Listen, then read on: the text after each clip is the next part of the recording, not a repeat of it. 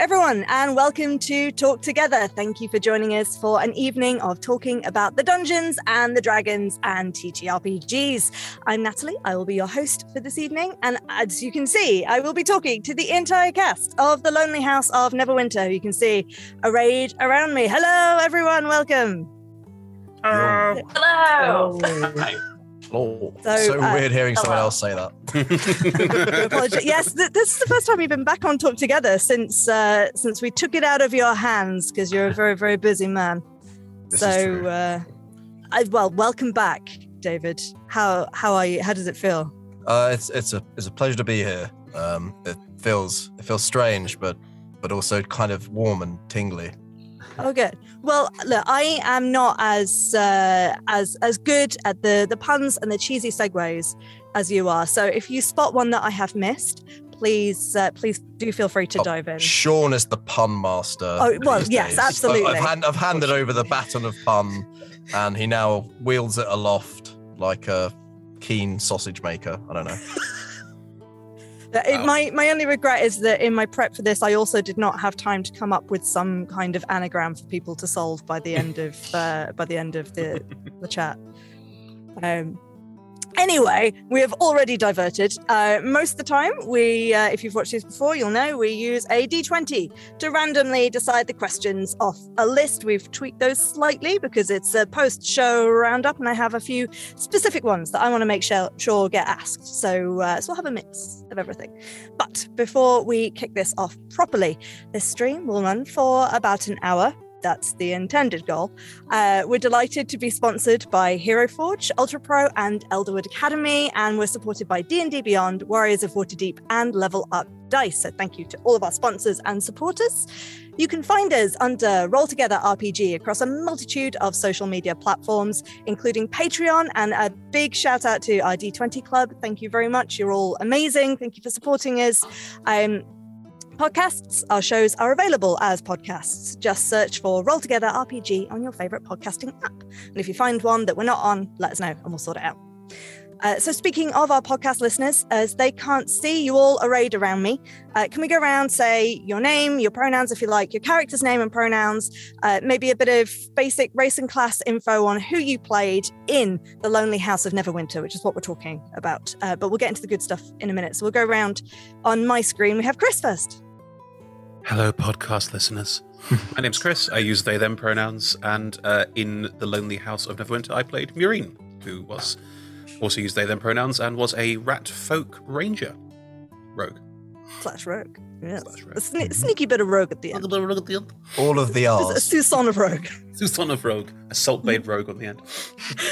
And Lola. I am Lola. My pronouns are they, she, and I played Suasku, whose pronouns were they, them, and they were a very, very fancy boy. Circle of Stars, Druid, and Chargemaker. Mm-hmm.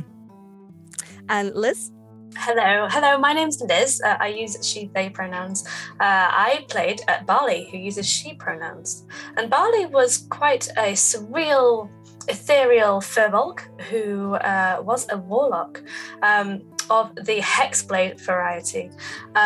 She later multiclassed into a bit of fighter just for the lols. But yeah, that's who I played. Nice. Lots of just like tiny little edges of multiclassing going on. David. Hello. Yes, I am still David. Still he, him. Played Eltrion. Also he, him. Checks who notes. was a sorcerer.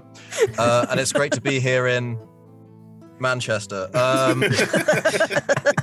No, it was super fun being a psionics-based sorcerer and just playing with all of that. And for one of the few times in my life, making decisions that were based purely around character and not around optimization. Yes, I had to close down my Excel spreadsheets. It was a sad day for us all. Optimized to hell, that character.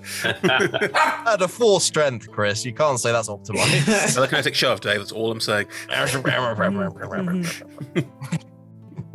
And Sean. Hi, my name is Sean. I use the pronouns he, him, and I was the dungeon master for this campaign. I ran everything, played everyone else from decapitated, horrid, gurgly, flying head things to tiny little hyena, cat-sized, skinny bag things. I don't know. All of the horrors that were encountered in the campaign, you have me to thank for. Are they decapitated or debodied? That's the question. Both, arguably. Yes, we never looked into the story of what happened to the bodies. It would have been an anagram. It would have been too much. Oddby. What's... Plus, there's an argument for both, depending on whether, like, at the key moment the head comes off, did the head fly off, or did, like, the body just fall down, or... Well, we had a whole Which bit side about where parted? the skull ended up, and which was suitably grim. Delightful. On that note, John.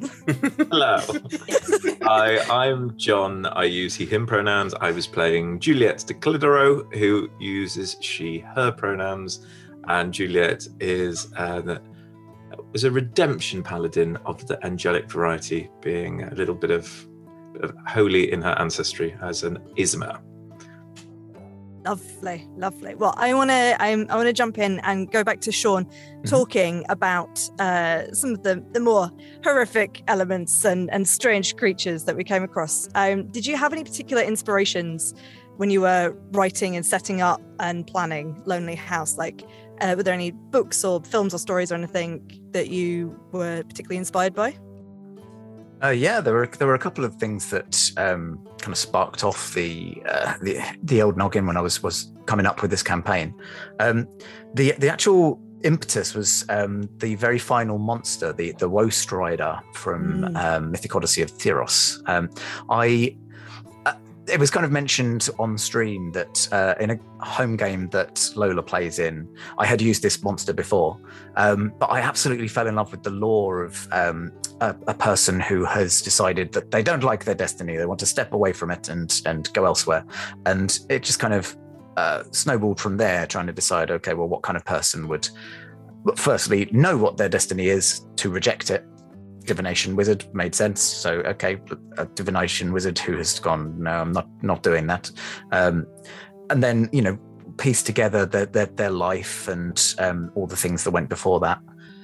In terms of kind of other books and films that were a bit of an inspiration, I think a whole host of body horror things like Event Horizon, Dead Space, and a little bit of Halo as well. I think anything where there's weird things morphing your flesh and you're not happy about it. Nice.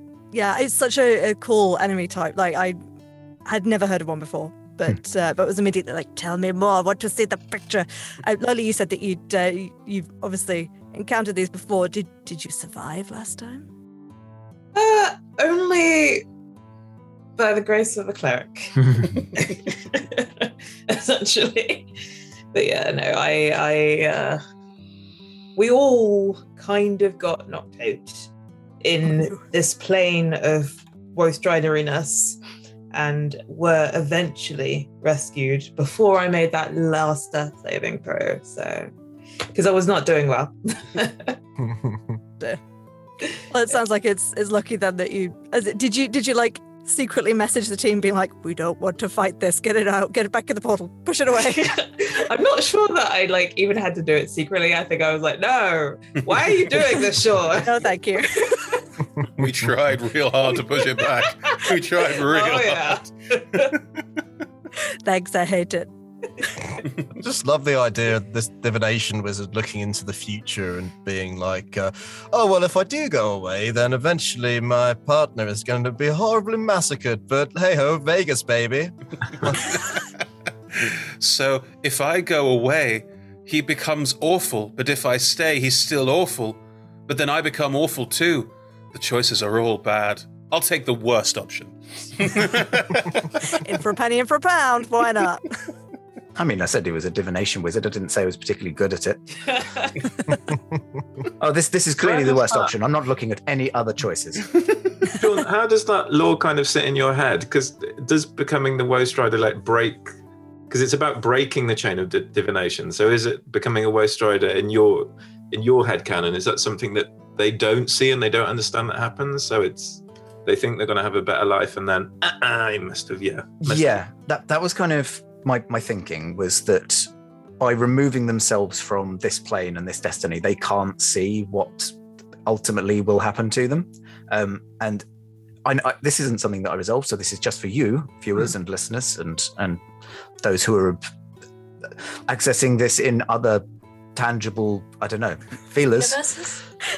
Can we make this braille? It'll be on the wiki. You know that. Put it on the wiki. Readers, the destiny that Ivid was so determined to avoid was that he saw himself killing Durok. Ooh. So this was the absolute worst case scenario for him. He decided to leave. Unfortunately, fate works in mysterious ways, and often horrifically ironic and distressing ways. But hang on, if the Ghost Rider was Ivid, which you heavily intimated that it might have been, it killed Durok. Mm-hmm. I need to know how that transformation happened. Yes. Like, how does one turn into such a thing? Where do you go, and how does that happen? You become sort of part cow. And your face goes all...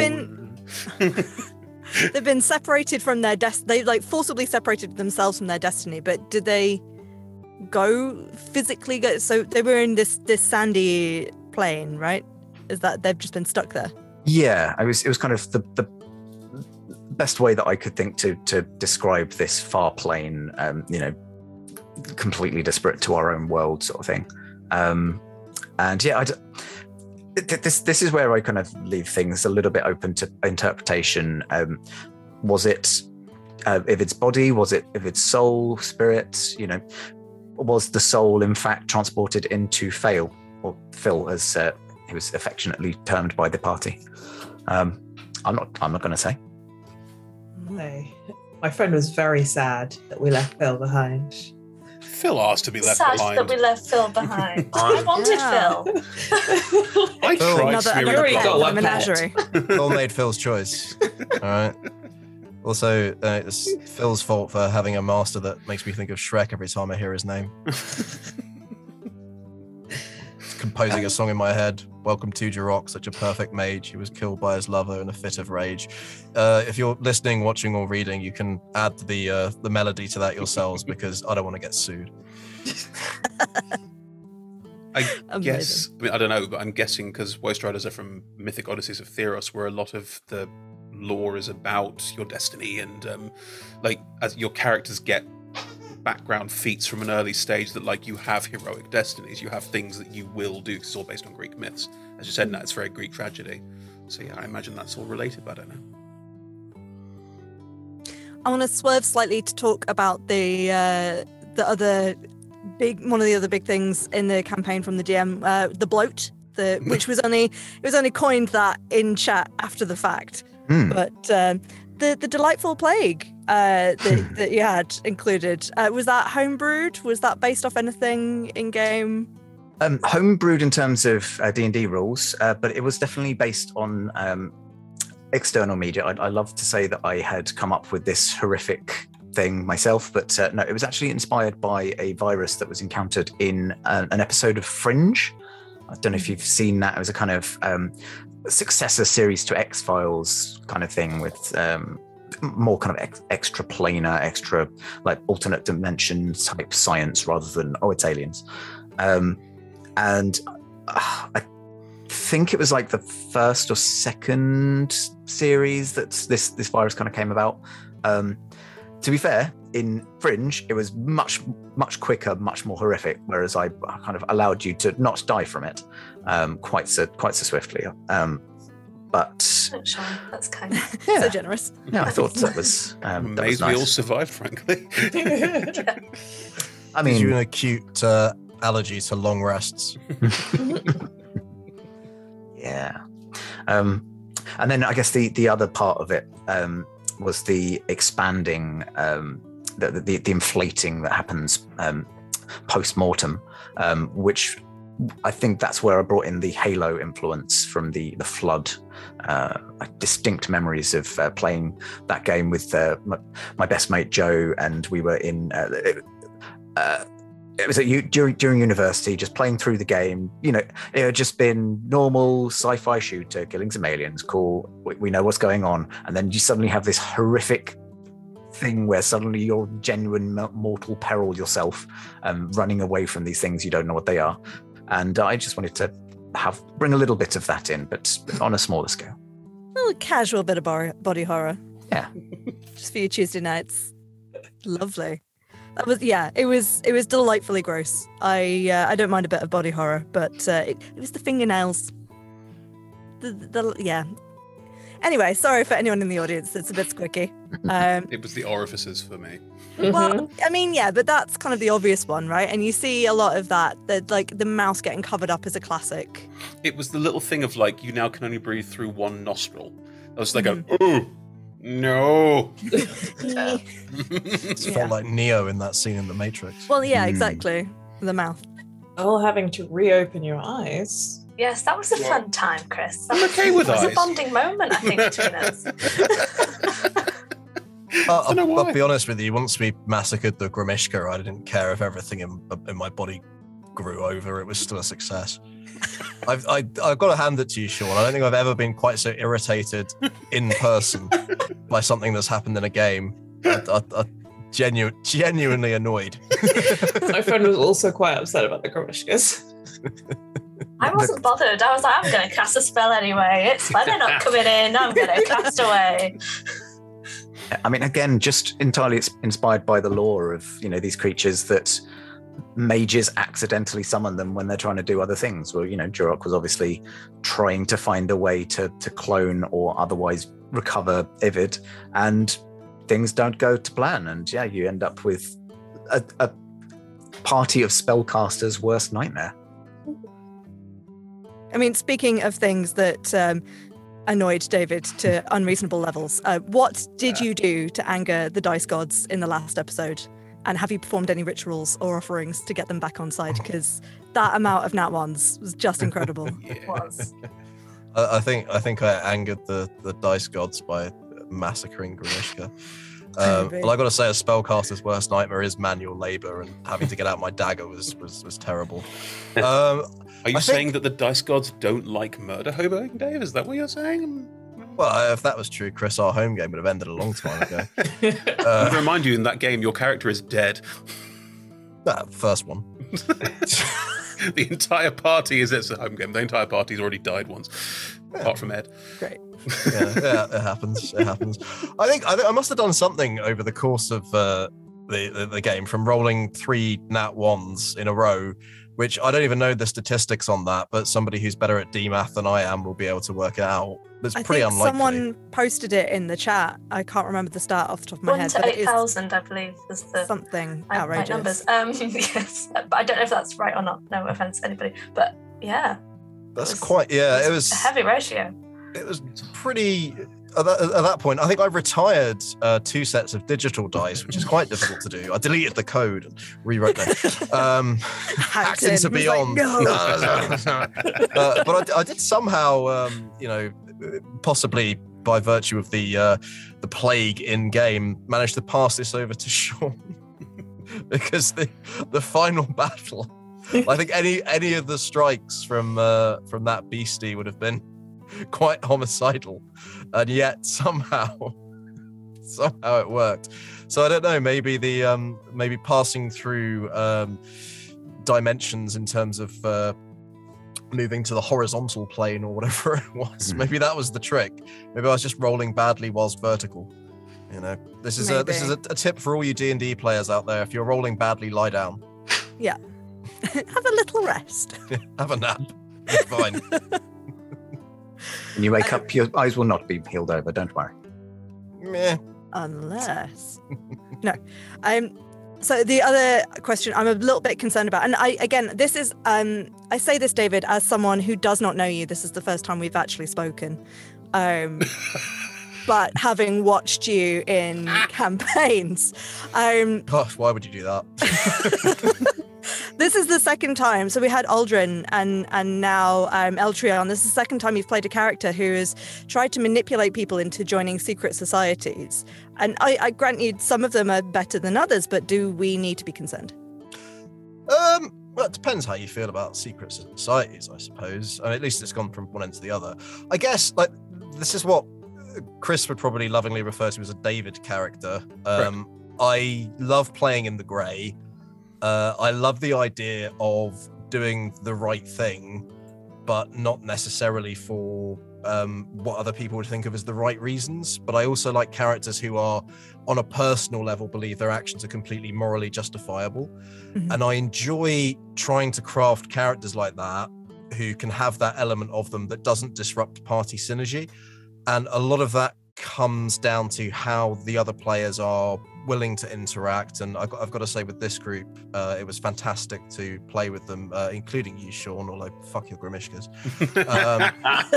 And you sort of get a sense, even with people that I've playing with for the first time, but everybody's quite experienced storytellers and quite invested in their characters. And when you have strong characters to bounce off, then you can explore those darker elements and bring out some of the backstory in a way that's more organic, and it's less like, no.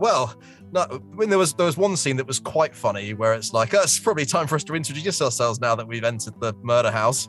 Yeah.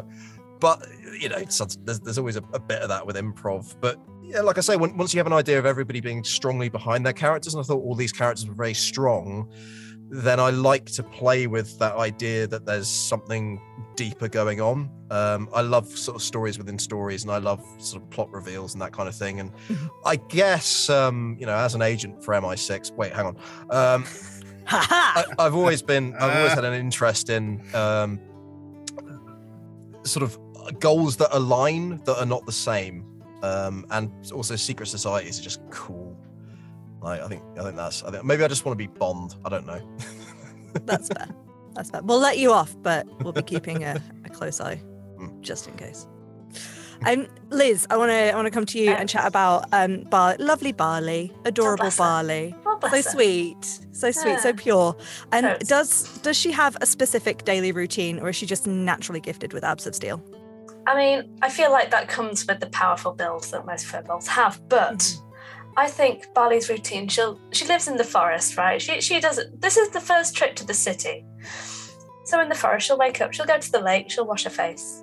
Mm-hmm. She'll probably drop some seeds around and then just pick up like an entire tree's worth of log and just carry that home. And that will be, for decoration, for homes for animals. And I think just through wandering around picking the biggest thing that she can find up, that is how the midriff became so driff. So what's a good word to use? Much driff. All of the driff for Barley. Amazing. And do you think there's going to be like the particular logs or trees that she'd go for? Do you think she's more of an ash or an oak type? Well, definitely not trees that are dying. She's got a heavy preference for trees that are alive. But the more moss, the better, I think. Because she's got a lot of moss going on within her face as well. Barley takes very much from nature. So when I was creating Barley, it was like, okay, we've got this furbolg. She's from the forest, and that's the only place that she has ever been. And how did she become a warlock? How did that happen? How would that change her appearance and her mental state? You will have seen all of that moss growing on her. And that is taken literally from the trees that she was around when she became a warlock. So I think if she was lifting any specific logs, they would have moss on too.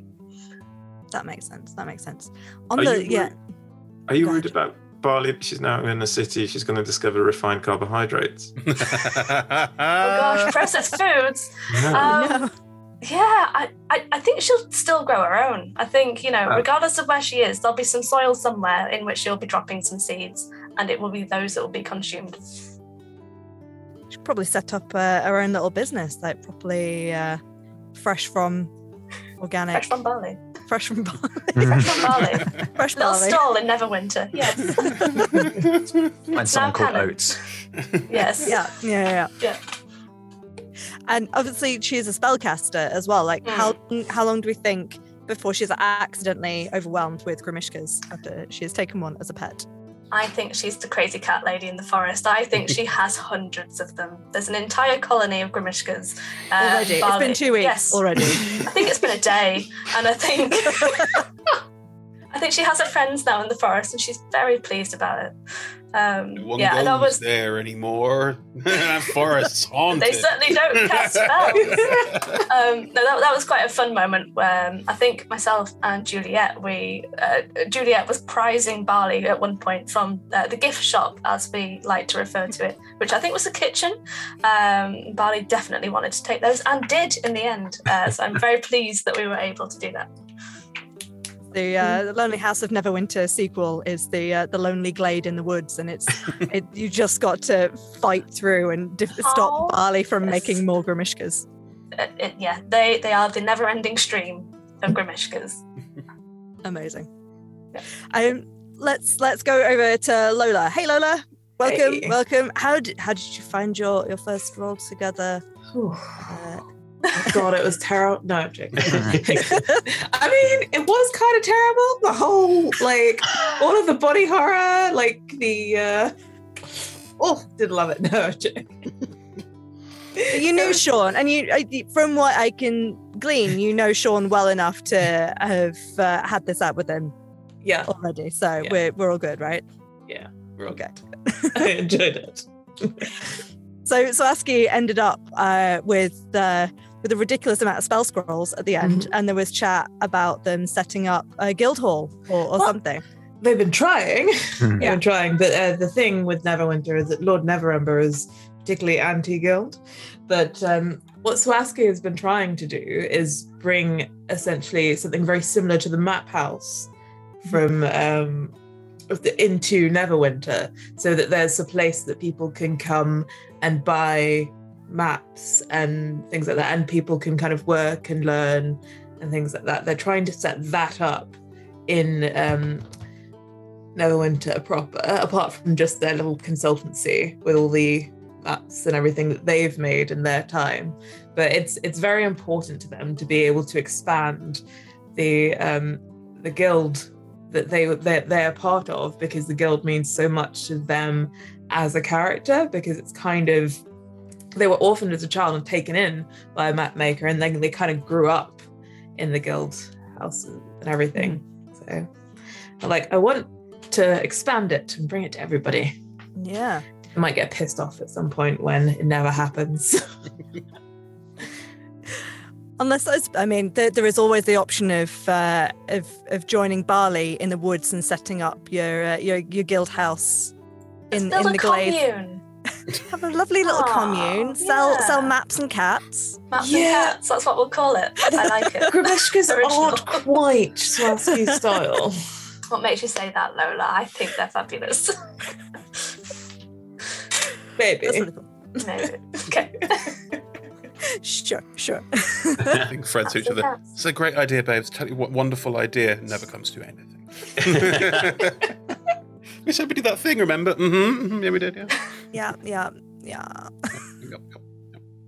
No, ASCII would not be one for moving into the country or into the forest. They do like their city life and going out dancing and having fun. So it's an interesting one for a druid, obviously, because the Stars Druid is based on maps and the stars, which you can find anywhere. It's obviously most druids are very connected to nature and the outdoors and the forests and that kind of thing. So it's cool to have that other angle that is a bit more cerebral and celestial. Cool. Chris. Yep. Let's talk about Marine. Yep. Poor little Marine. Oh, it's a little baby. Had a terrible time. Terrible time. Worst time ever. I had a great time, but oh, bless him. Good. So Radfroach. Our homebrew, obviously. But he said based off Goblin stat blocks. So let's dig into what this creation that you have brought into the world means. Is Marine part of? Is Marine an anomaly, or do you see them as being part of a species that is around but just less common. I headcanoned with Sean that they were a rat that had been affected by the catastrophe. There's a specific word for it in Neverwinter that's not the same as the rest of the... What's the spell plague called in Neverwinter, Sean? There's another word for it there. Is it the calamity because of the chasm? There's something else. Do you remember? You're testing me now. I mean, you've got the spell plagued. Yeah. Is that what we're maybe thinking of? Yeah, because the spell plague is a thing that happened when D&D went from 4th to 5th edition, basically. And there was the second Sundering, and they brought all the gods back and went, all that stuff didn't happen. So that they did quite a lot of clever hand-waving for that. And I liked the idea that a rat got infected or infused by that and became like a sentient rat person. Mm-hmm. So they've never met anyone like themselves. They've spent some time hanging around with were-rats thinking, they must be like me. They're not like them. They're not at all. So there is quite a bit of sort of looking for belonging, looking for people. And yeah, all of the rats in their swarm are people to them, are a family to them. So I think that there's a note somewhere in a message with Sean that says, I think they're more rat than person. Mm-hmm. So there was always this sense for me, especially with writing how the character was going to be portrayed, of they don't really do people. They don't really know how to do people. So talking to people, engaging with them, the charisma score being low was there's a social contract here, okay. And instead of going down the I don't like anyone, no one likes me route, I went down the doesn't have the ability to say no to people. Just doesn't understand contextually why someone would ask someone to do something that was bad for them. Yeah. And does that in turn feed into their relationship with the swarm? Did you see it? Because in my head I was like, okay, well, do these rats see Marine as like a god figure because like, oh my goodness, massive rat? Or is it more like, this one has the brains out of all of us, so this one is the leader? Like, why do they follow? I think because I'm larger. Again, like with animals, you often get that sense of like they're following because that one is bigger. Not necessarily because it's smarter or wiser. It's just bigger. It could physically deal with me if I decided to take charge. I think it's as basic as that. I really wanted to lean into that sense of small things working together, helping one of them. But they're not in charge because they're good at being in charge. They're in charge because they were born slightly bigger. Or made slightly bigger by a spell plague or something similar, which also means arguably that Marine could be really old, but we don't know. I purposefully didn't make too much of a sort of line of that because there's also a line for me of, there's a rat with humanoid characteristics. Now, how long does it take them to think they should probably not hang out in sewers? Did it take them 50 years? We don't know. No context for it at all. So there was a lot of playing around with stuff like that. Can't say no to things, eh? Yeah, Welcome to the Harpers. We had this through the entire campaign. Whenever anyone said, I'm going into that room, I would follow, but I would very rarely take a first step into a room because I was trying to play a character who was by nature passive, which is very hard. That's not me at all. But it was fun. Different. It's nice to do different. We had the Russian nesting dolls of tiny rats waiting for the big rat to tell them what to do, while the big rat was waiting for the other people to tell them what to do. Because they were all bigger than me. Yeah. Aww. Even tiny Eltrion was... You were quite a small party, apart from Barley, who is like ridiculous. You were quite a small party. No, there's a one-shot coming out soon, which is a really small party. Everyone's a halfling or a gnome or some variation thereon, apart from a 7-foot warforged. But so that's about 6 foot. Yeah. Oh, are they? Okay, sorry, I misinterpreted. Juliet's like 5'5". Like Juliet's quite short. Yeah, and Eltrion's like 5'4". No. I mean, I resent the implication that I made Eltrion 5 foot tall because that's the exact area that's covered by a minor illusion. It's not true. Not a power play character at all, eh, Dave? Not a power play character at all. It's not true. It's just definitely closed the spreadsheet down. I rolled for it. How many skins did you carry? Just to check. As many as them. I could. I had to. And a crowbar. Amazing. Right, let's ask a question to John, because we're already over halfway through, and I've not even rolled the dice yet. So we'll get onto that in a sec. Rude. I know, right? I know. Gosh. It's me Such saying a rebel. So John, love Anti-Dawn and the whole conceit of the whole De Clitheroe family. Like, we've already had a conversation, you and I, about indomitable northern women and loving that trope. So right, so but Juliet, has Juliet spoken directly to Lathander herself, or is it all through Anti-Dawn? Well, of course she did. She spoke to them on this adventure. Or did she? No, I feel like my imagining of it, there was the ascendance of Dawn as being the gigantic furry avatar of Lathander, stomping around the other mall, telling people to look sharp and think on.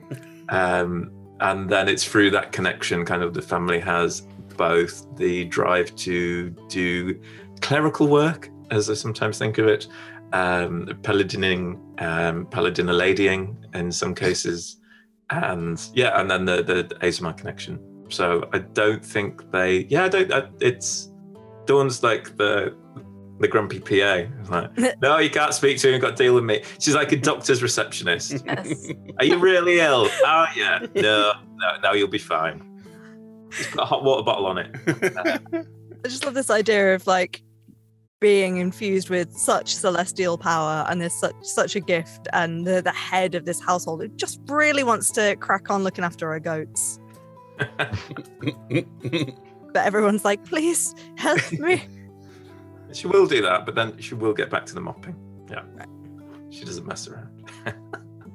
And did Juliet start her days helping out with the goats, or has she never been a goat person? No, I think that I'm sure there's some members of the family I've not explored imagination yet who have different inclinations, but Juliet is definitely like muck in, do all the jobs. I feel like it's that big northern family, which is what I'm from. I just being versions of my mum and my aunts in my imagination. Everyone mucks in, does all the jobs, whether you're like leading mass at the chapel or you are, it's your turn to do goat day. Goat day. Love it. There's always one goat day. Skip goat day. Keeps you humble. Goat day a week. Amazing. Right, I'm gonna roll the dice and let's get into some questions that you can all dip in on. Woot. That's a number 8. Okay, so this is to all of you. What was the most surprising moment in the campaign? I'm curious to know what Sean thinks. Yeah, it's a difficult question for me because technically, did I plan everything? Every contingency, just like every DM ever, right? Oh, of course. Never make up stuff on the fly. No, Sean's never done that before. Yeah, let's go with that. Okay, I will jump in, seeing as my voice is on.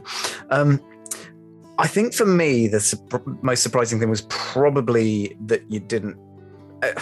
It's tied between either that you didn't deal with the Gameshkas straight away when I said they're not cats, you can kill them, I don't mind. Definitely not cats. To the point where something like, almost 2 full episodes later, you went, all right, now we're going to kill all the things. Now that we've made it worse, rather than just, okay, this is just a thing now. No. Okay. You were so close to the demi-plane as well. You could have gotten out. I think there was a reluctance in the party to trust anything you said. So, as soon as you seemed to be hinting that killing Grimishka might be a good idea, then it was suddenly like, okay, well, what's going to happen if we do? The displacer beast turns up or something. So that was it. It was only after I reached a point where anger overcame logic that there had to be a bloodening. I just thought they were there to be an irritant, and I thought they were cute. I didn't find them that irritating. Yeah, I like them. They just, because you described them as just sort of scampering around and being a nuisance, and I was like, oh, bless them. Oh, let's get them. Let's carry them with us, and they are pets now. That's where my brain went. It offends my fundamental personality that action should have consequences. I very much wanted to do that thing you get in comments where a DM goes, and here's the thing, it's going to annoy you, and you go, anyway, and just move on and ignore it entirely. The DM will always go, oh, they're really annoying. One just came through the door and is going, oogly boogly boo in the corner. You can't ignore them. But, Oogly boogly back. yeah. Yeah. The monster out of the thing, right? Out of the don't lift or don't open, was it? Surprise is a funny word in the context of this, because I went into it when Sean said, it's a house, going, it's not just a house, is it? And fully expecting it to be weird and full of wacky and strange things, which it was. So none of that was a surprise. You're not unfamiliar with house-sized mimics either, Chris. No, I'm not. I didn't expect that, but no one ever expects that. That's why it's good. The one that really messed me up was the soul jar. Like everything, like with the floor falling away and the swollen bodies was terrible. But we'd seen the termites, and he wasn't smart enough and hadn't rolled to be like, but like, there's something going to go on here. But I'm not going to meta game. I'm not going to be like, I don't trust the floorboards. But that soul jar, I was like, oh fuck, did not see this coming, and that was genuinely like, that's shit, a good how do point. you do that? I assumed that we would all be level fighting Swaski at that point. Yeah, I assumed there would be a combat round with everyone fighting Swaski, which is always difficult. But I was like, oh well, fuck. Okay, my character's gone. An opportunity for forced PvP without being the asshole that instigates it? Yeah, that'd be terrible. I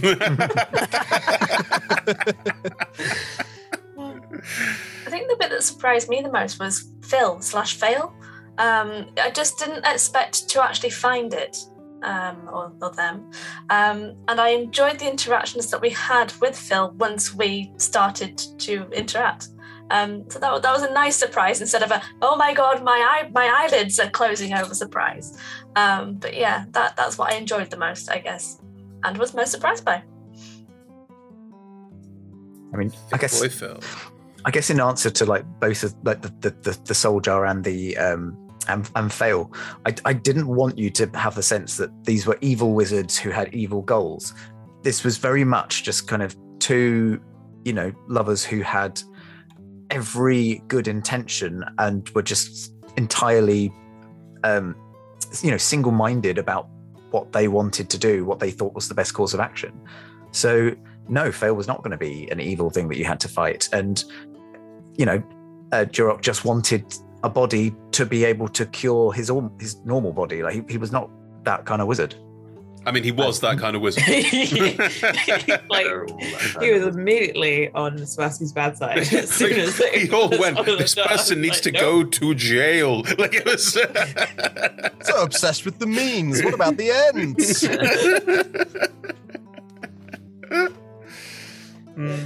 I mean, I'm not saying he couldn't have fucked you up if you tried, but well, clearly not, Sean. He had 4 hit points. Skin plague takes a lot out of you. What are you talking about? That whole plot armor thing you were talking. Yeah. Plot vulnerability. Any more on the surprising, or should I roll again? Roll again. Roll again. Roll that dice. We got a 2. Okay, so this is one for Sean, and you might have answered this already. Actually, were there any secrets or mysteries that the players didn't solve or discover? I think we did a little bit of tying knots up at the kind of end. Chat the last episode, didn't you? Yeah, and we actually had a little bit of a chat afterwards as well. There's 2 things that come to mind. Funny, but I don't know why. They both involve Eltreon. I don't know if maybe David was just so you'd had it so much with the Grimishkas, you just leave the Zoom. So the first one is probably the most inconsequential. You never actually asked what the cloak did that you found. Cloak of billowing, right? Presumed I'd have to identify it. Yeah, probably at some point. It's a little one, so I'll give it to you now. It was a cloak of donning and doffing. So literally, it if you attune to it, you could issue it a verbal command, and it would find the nearest coat hook, branch, or similar protrusion to hang itself on.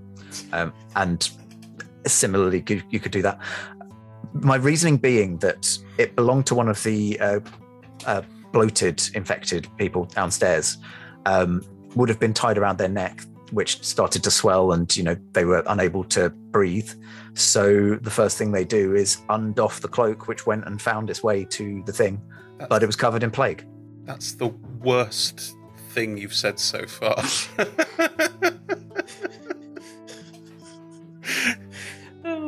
And then the Glad that other. you didn't find that out, David. I'm glad that you. Now that I have investigate found that out, I think that an item of such immense power is worth any plague. I mean, every campaign I go into now, I'm going to be insisting that I have one of those things.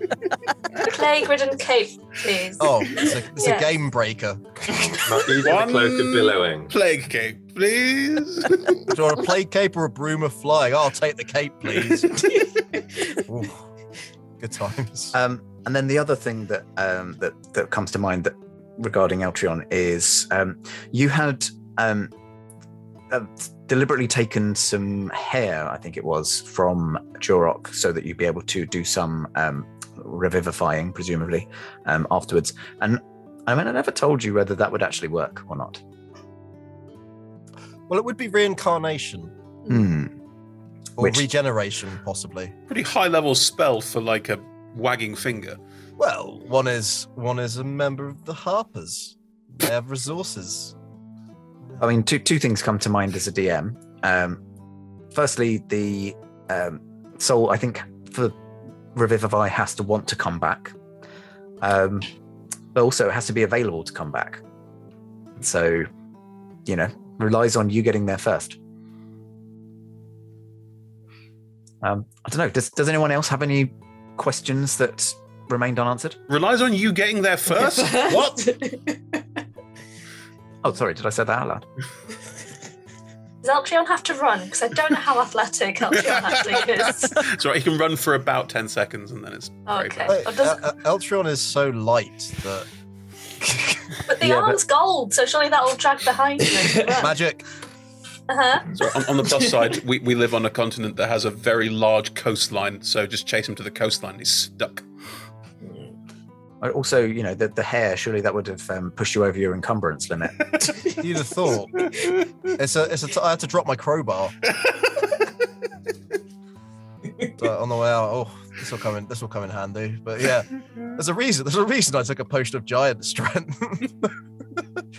Yeah, rely on others to fight my battles for me. That definitely happened, David. That totally happened. You ran away to the cupboard.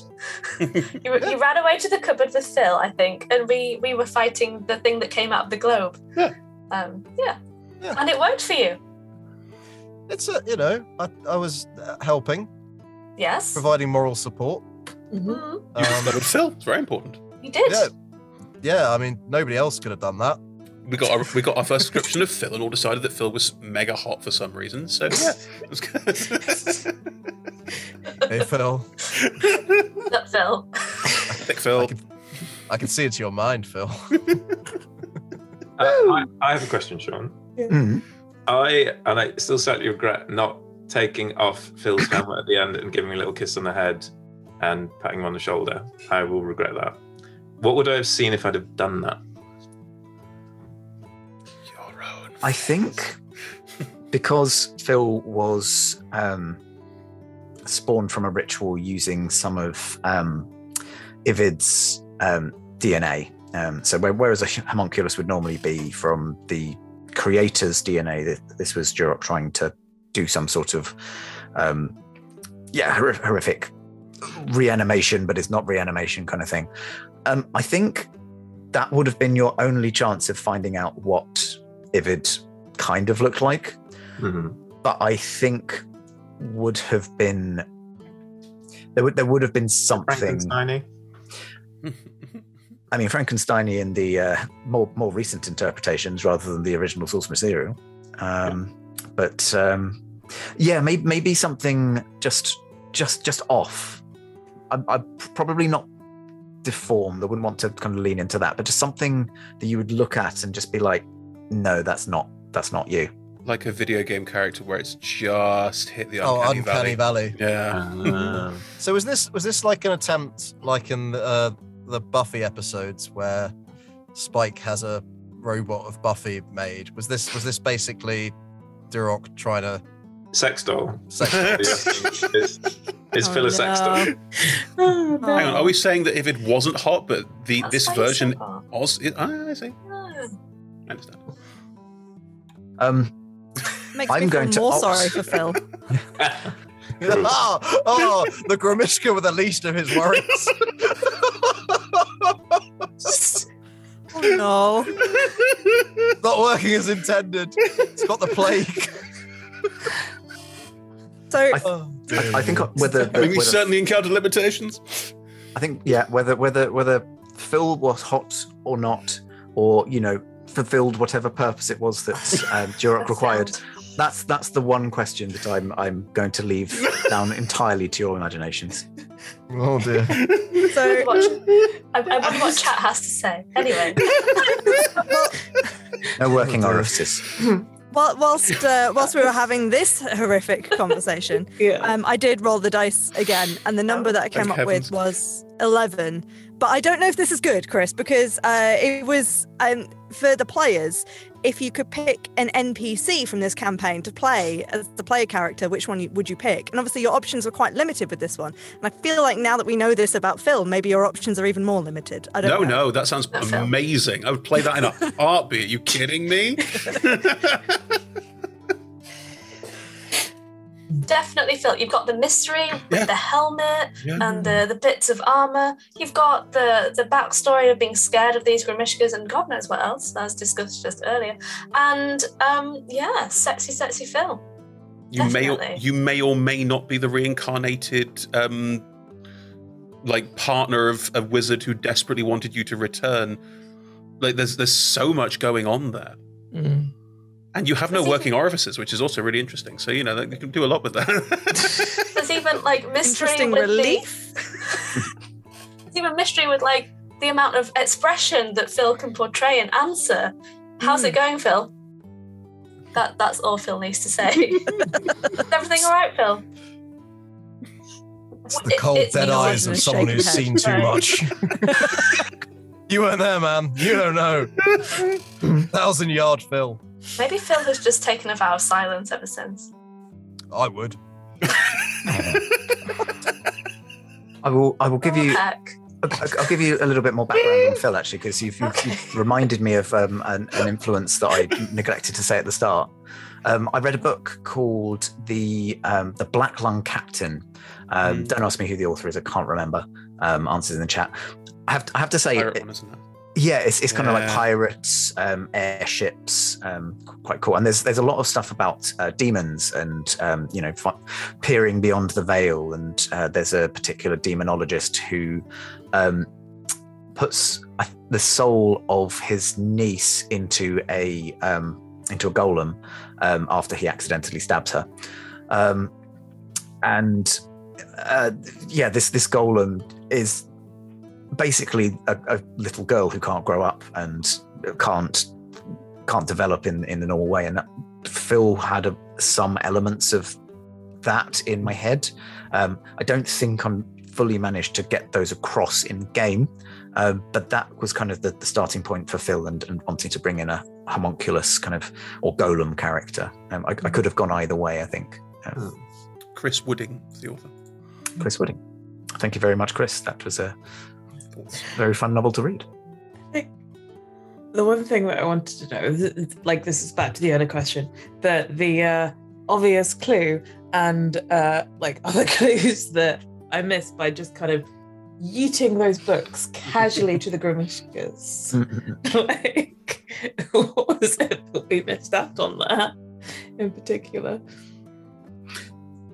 Not very much. Okay. Probably. I would. If you had read them further, then some bullshitting would have been done, and okay, you'd have gotten tons of additional information that may or may not have improved your life. Okay, but we'll never know. Good. So it's not like when you did those anagrams and I was like, oh, maybe I should have maybe we should have taken those instead of the scrolls kind of thing. The anagram was red herring. It was pretty clear that it was. No. The previous ones were obvious clue. And the Blatant clue. Yeah. So I was like, oh. So I had to overcome the urge to take a level in Wizard just to shit all over Sean's bait and switch. Never had a harder decision to make in my life. I relied on your reputation, David. I'm afraid in that respect. I can't build a shit character for whatever reason. It's like the suboptimal multi-classing. No, my skin has plague. Oh dear. Is that the bloat, or is it the thought of a sorcerer wizard multi-class? I mean, optimal. The outrage. Did we have to go back to our NPC question? Did we have any other offers other than Phil, or is everyone like, Rider. no? Well, so. I didn't like the idea of playing Welcome Durak. to the party. This is how I show love. I should like to play specifically Barley's Grimishka. It's called Goblin, in case Goblin. we're wondering. It's named Goblin now. Racist. Yes. It's easy enough to breed them, though. You just have to cast cantrips. Ollie knows this. And utilises this. God, they're like spider plants. Once you've got one, all your friends have got one, and they're just going to keep going forever and ever and ever. Very Winterfest. There you go. Yes. Yeah. A Amazing. Japanese knotweed of D&D monsters. I think Durak was very interesting in that very brief kind of period that we got to meet because he's so fanatically committed to this course of action, and it was kind of like, oh well, I didn't expect that to happen, but okay, I'm doing this still, kind of thing. And like playing a character that is very like completely like blind to, or like has kind of tunnel vision in that respect. It would be quite interesting. Yeah, it's a really This nice is the only way. villain space, isn't it? Where it's not, I'm evil and I'm trying to destroy the world. It's that, oh no, I'm just trying to bring my partner back and I've got really good intentions and I want to do this thing. And I'm just destroying the world as a side thing. Yeah. It happened. My absolute favourite villains as villains, where you kind of like, yeah, I can see where you were going with that. Like your Thanoses or your Magnetos, kind of completely wrong way of going about it, but actually, all right, yeah, no, I can see where you're coming from. I mean, it led to my favourite line in the whole thing, which was John just in character going, "This is what happens, and people don't understand that no means no." Yes. Consent is important. Cannot deal with rejection, wizards. Oh, God. Difficult. Right. I think we've got time to sneak in one more question, one more roll of the dice before we wrap this up. No. So I'm going to do it. No, I keep rolling ones. Which is Sorry, good. I gave it to you too. That was Yeah, twice no, in that a row. Oh Oh, no. 1 in 4,000. This is okay. Get him out. Get him out here where it's not important. Okay, a 14. Yeah, see, I feel like this answer might be quite an obvious one as well. Which NPC gets the MVP award? Phil. Yeah. Yeah. I honestly, I Wait, want to no. start a petition to retroactively name the campaign "Kill Phil." Do not kill Phil. Who's the NPC that Barley? Franklin. Yeah. Franklin. Yeah. Oh, we love Franklin. Franklin was literally a move the plot along NPC. Like, Hello there, And I my would name die is for Plot him. Device. could have called him Did the Basil Pats count as Exposition. NPCs. Oh. The temptation to give his name an anagram of non-player character would have been. It's a long ass name for an NPC. Norman Potterthwaite Chalmers. That's a genuine anagram. I would have been so amazed. No, my level of anagram is Managra. Like that's. I know Sean was doing these throughout the campaign, and everyone was getting on it and answering them. I was just like, nah. At some point, I thought we were actually going to be required to do logic puzzles in order to progress. I was just like, nah. My character's just whittling. When Resisted you- the urge. When you set them before us in Panto, I was the exact opposite. I was like, yes, tell me the clues. I will figure this out. I will be the best. Anagrams. Yeah, I do like anagrams. I will school the hardest. Right. I think that's about everything that we've got time for. Before I wrap this up, does anyone have anything coming up that they would like to plug? Yeah. Like outside of Roll Together? Oh. Yes, it's that time of year when you're wondering, what should I get myself for Christmas? And you think, well, that David guy, he's got a very nice voice. I'd like to listen to him tell some stories. And you get yourself over to audible.com and you search the name David Shears and you find some books and give a listen. And then you buy them. And then I get money. Dave, I mean, you'll sell more of the other ones that aren't in your name. I'm just saying. Yeah, one of those was number one in its genre for a while. So, You should plug those instead. I could. We'll see. I don't know how many women of a certain age listen to Roll Together, because that is the key demographic of that particular genre. I'm sure Chris could check the statistics for the episodes that you're in and see if there's a difference. Anyone who wants to know about my alternative fiction, get in touch with Roll Together and they can Be a wiki page shortly. David's porn career is just the next category of the ones. I think you'll find it's legitimate erotica. I'm sorry, David's erotica career. Erotic career? Erotic career. It's a career. Erotic courier sounds like someone who just delivers books. Lola, please Dildos, save us. Okay, so slightly more wholesome? I don't know. Family friendly? Squishy and pretty. This channel is not family friendly. We've ticked all the boxes to say we're not family friendly. Yeah. No, yarn. I provide you with science fiction and fantasy themed yarn from Third Vault Yarns. And yeah, we also do gift cards if you are running out of time to get that special knitty or crochet or weavy person in your life some yarn for them to squish and make with. So Have you got any to hand? Show us your threads. see, I'm working with yarn that isn't actually mine, but Okay. Shocking. no, I've got the jumper that I was also working on during Lonely House of Neverwinter. So got like part of the jumper I'm working on. So pretty. Oh, Yes. You describe it for the podcast listeners. Oh, Yes. So it is in a really chunky, squishy yarn, and it's a crop jumper with kind of greys and teals and slightly salmony pinks, as well as oranges in the main color. And there is a teal yarn that is held stranded over the shoulders as in a farewell pattern. So it's going to have like nice balloon kind of top sleeves and a cropped body. Cute. But yeah, the colorway is called Tea Dragon Society after the comics. Amazing. They're very cute. Awesome. Liz, John, Chris, do you have anything to plug? No. Good. Fine. I'm just going to say, Lola, that was like the best NPC what they're wearing description I've ever heard. Yeah. Like, when you walk up to an NPC and you ask what they're wearing, I'm just going to ask Lola to do all the descriptions for me from now on. Brown. I drew it. I drew it first because I was like, what would my character wear? And then I'm like, Yes. yeah, this is Beautiful. Swasti's actual outfit. They have Maybe you to be could do a wearing like full cross-promotion. palazzo pants and this fancy waistcoat. Big sleeves.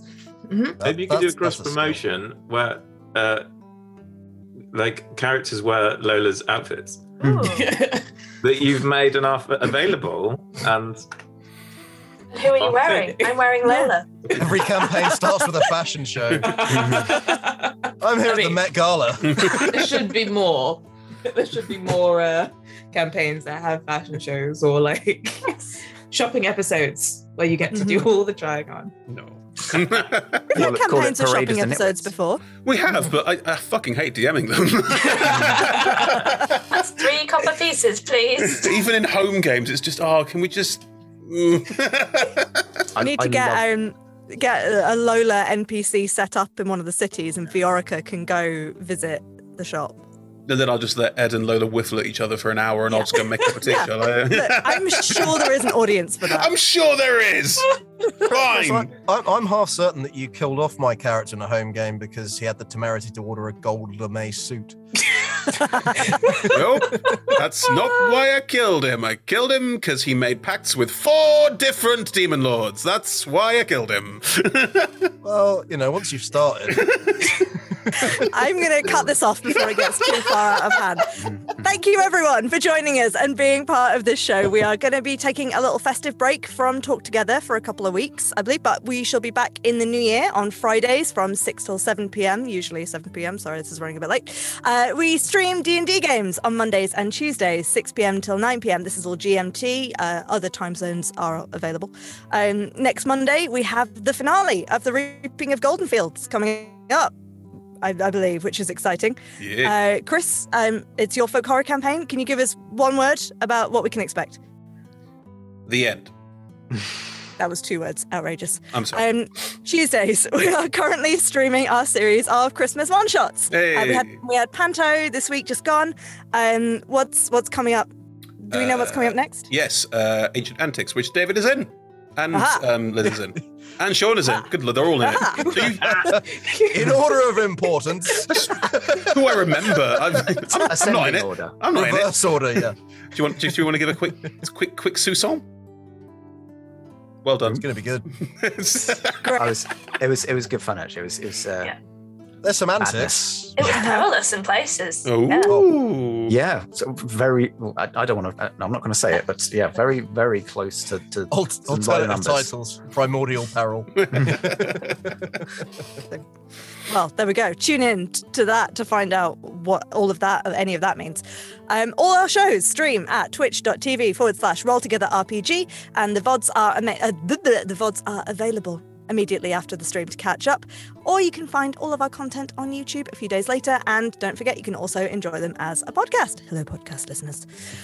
Many thanks again to our D20 Club on Patreon. You are all awesome. If you'd also like to support us, you can do so from as little as 1 of your local currencies per month.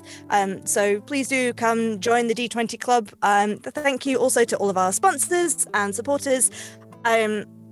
David, I feel like you should say this as you are here. Close us out with your catchphrase. Oh, a rare David Remember. catchphrase. I mean, And remember, everybody, stay classy at the table. Hey. Steak and waffles.